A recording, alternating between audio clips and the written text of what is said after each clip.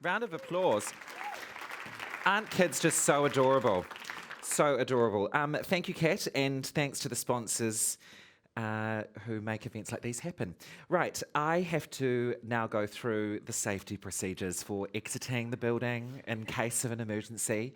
And why are you laughing? It could actually happen, and we need to make sure we know where to go. And funnily enough, I actually wanted to be a flight attendant once upon a time, so this is my chance. And when I MC events, I take it very seriously. Stop laughing. I take it very seriously. WPP in the front row, stop laughing. I used to work there, so I'm allowed to be cheeky.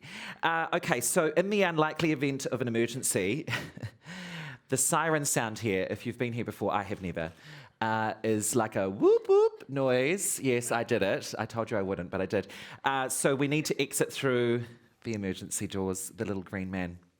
And we're going to meet out on Reservoir and follow instructions of everyone that works here. The wharepakus, which in Māori, New Zealand culture, is the toilet. They are located near the coffee cart, and that's the entranceway that you came through. For all your social media posts today, besides tagging me, Mary Haddock on Instagram, you need to use the hashtag changing the ratio. And we've got Getty Images here.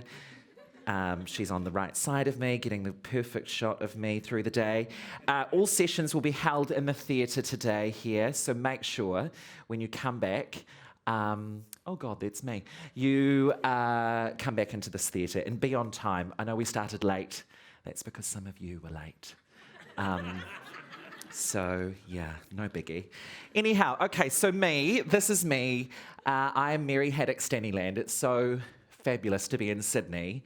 The elephant in the room will be not that much of an elephant to some, but there is something about Mary. And I don't get to do events in Sydney, in Australia very often. So yeah, it's great to be here. Where did I come from? Well, there's a place across the ditch, only a few hours away, called New Zealand. And I was born in small town New Zealand, no bigger than a suburb, probably like Redfern or Newtown. This is me with my mum in the middle, obviously. A single mum.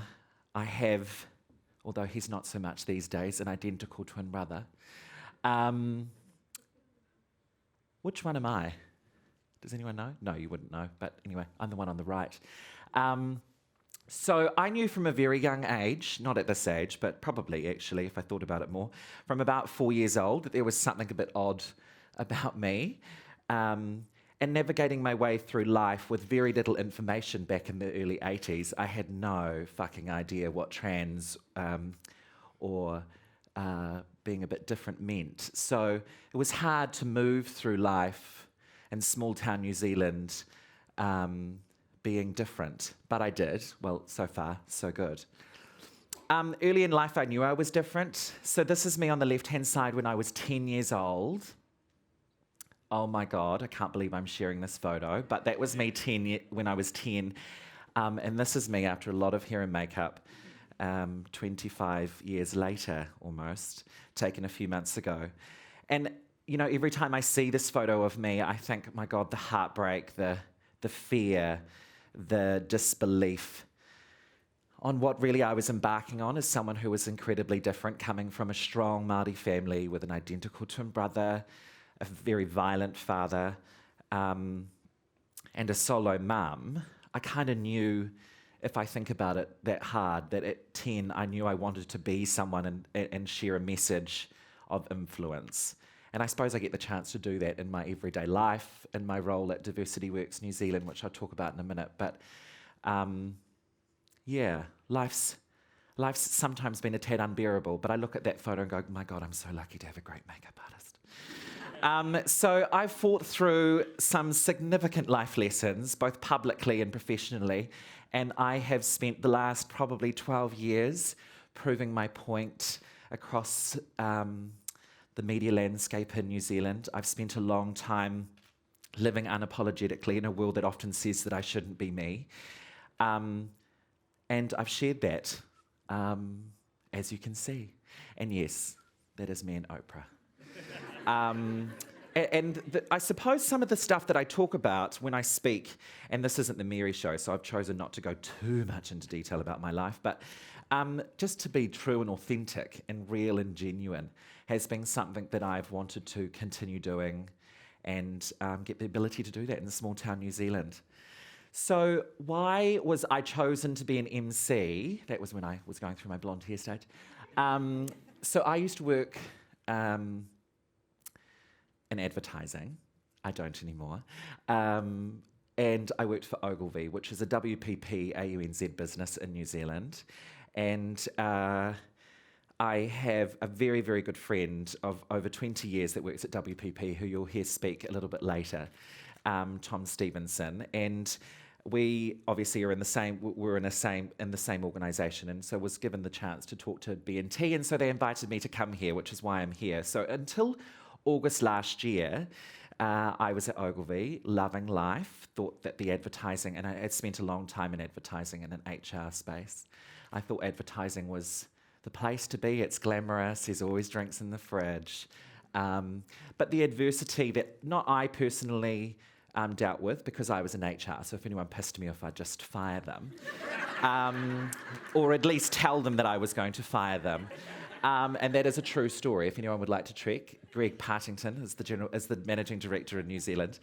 And so no one ever came close to that with me, but I do know that in the advertising sector, girls and boys, women and men, dealt with and deal with adversity. And so I was approached by the chief executive of Diversity Works New Zealand. And that's where life began there for me in September last year. So I'm the head of membership services. We are the national body for diversity and inclusion. We've been around since 1992, and we partner with close to 500 organisations every day, which is about 850,000 employees, to help build more diverse and inclusive work environments. And it's actually a true privilege. It's exhausting, and when you lean into the heart of what it is that I do, because I take it so seriously, it's incredibly intense. But we have a great team of people that facilitate educational sessions and advise and guide, very similar to our friends here with the Diversity Council of Australia. So yeah, that's my corporate life now. And I'm no stranger to Australia. I just wanted to put these pictures up here. I did do some checking before I posted. So I do spend a lot of time in Australia, generally not on a stage, more at Double Bay and Watson's Bay and every other bay, drinking water, of course. But yeah, it is great to be here. I'm really excited to learn. I'm really excited to get some more followers on my Instagram. And I'm really excited to hear what you all have to say about the importance of diversity and inclusion. So, round of applause for you all. That was technically for me, I know that, right? It's okay.